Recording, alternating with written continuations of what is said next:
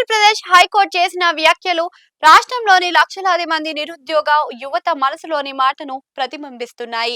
కారుణ్య నియామకాలు అనేవి ఒక కుటుంబం దిక్కులేని స్థితిలో ఉన్నప్పుడు ఇచ్చే మినహాయింపు మాత్రమే కానీ అవి ప్రత్యామ్నాయ నియామక ప్రక్రియగా మారకూడదు అనేది కోర్టు ఉద్దేశం.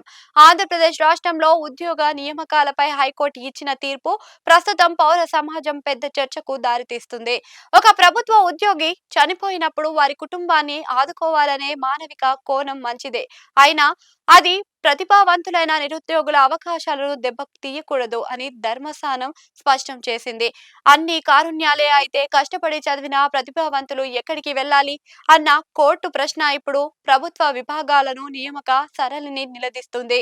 హైకోర్టు సేకరించిన వివరాల ప్రకారం 2014 నుంచి ఇప్పటి వరకు ఏపీలో ఏకంగా 20,801 ఉద్యోగం కారుణ్య కోటాలోనే భర్తీ చేశారు.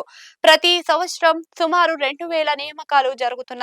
అనేక శాఖల్లో డైరెక్ట్ రిక్రూట్మెంట్ ద్వారా జరిగే సాధారణ నియామకాలు కంటే కారుణ్య నియామకాలే ఎక్కువగా ఉండటం ఆందోళనకరం. దీనివల్ల నోటిఫికేషన్ల కోసం ఎదురు చూసే సాధారణ అభ్యర్థులకు ఖాళీ దొరకని పరిస్థితి ఏర్పడుతుంది. కారుణ్య నియామకం అసలు ఉద్దేశం తక్షణ ఆర్థిక సాయం, కానీ ప్రస్తుతం ఇది ఒక వారసత్వ హక్కులా మారిపోతుంది. కోర్టు అదే అభిప్రాయపడింది. ఒకే కుటుంబంలో మూడో తరానికి చెందిన వారికి కూడా ఈ కోట వర్తింపచేస్తున్న ఉదాహరణలను కోర్టు తప్పుబట్టింది. కుటుంబం ఆర్థికంగా నిలకడగా ఉన్నప్పటికీ కేవలం వారసత్వం పేరుతో ఉద్యోగాలు పొందడం రాజ్యాంగం కల్పించిన సమానత్వ హక్కు ఆర్టికల్ 16కు విరుద్ధమని కోర్టు పేర్కొంది. ఈ వ్యవస్థను ప్రక్షాళన చేయడానికి హైకోర్టు రాష్ట్ర ప్రభుత్వానికి 3 నెలలు గడువు ఇచ్చింది.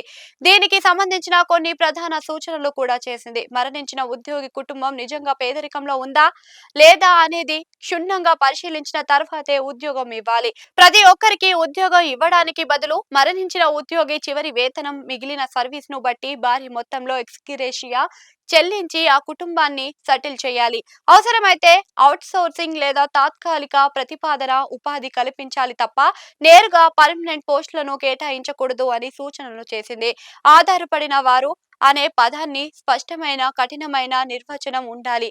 కోరుకున్న ఉద్యోగం కోసం ఏళ్ల తరబడి కోచింగ్ సెంటర్లలో గడుపుతూ ₹1,000 ఖర్చు చేస్తూ నోటిఫికేషన్ల కోసం వేచి చూసే నిరుద్యోగులకు ఈ తీర్పు పెద్ద ఊరట.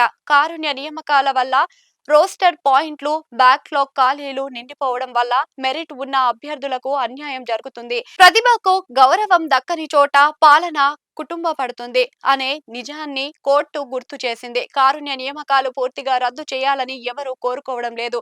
కానీ అది ఒక అడ్డదారి కాకూడదు. మానవత్వం ఉండాలి, కానీ అది మెరిట్ ను మింగేయకూడదు. ప్రభుత్వం రూపొందించబోయే కొత్త మార్గదర్శకాలు చనిపోయిన ఉద్యోగి కుటుంబానికి భరోసానిస్తూనే కష్టపడి చదివే నిరుద్యోగులకు న్యాయం చేసేలా ఉండాలి. అప్పుడే పాలనలో నాణ్యత, సమాజంలో సమానత్వం సాధ్యమవుతాయి.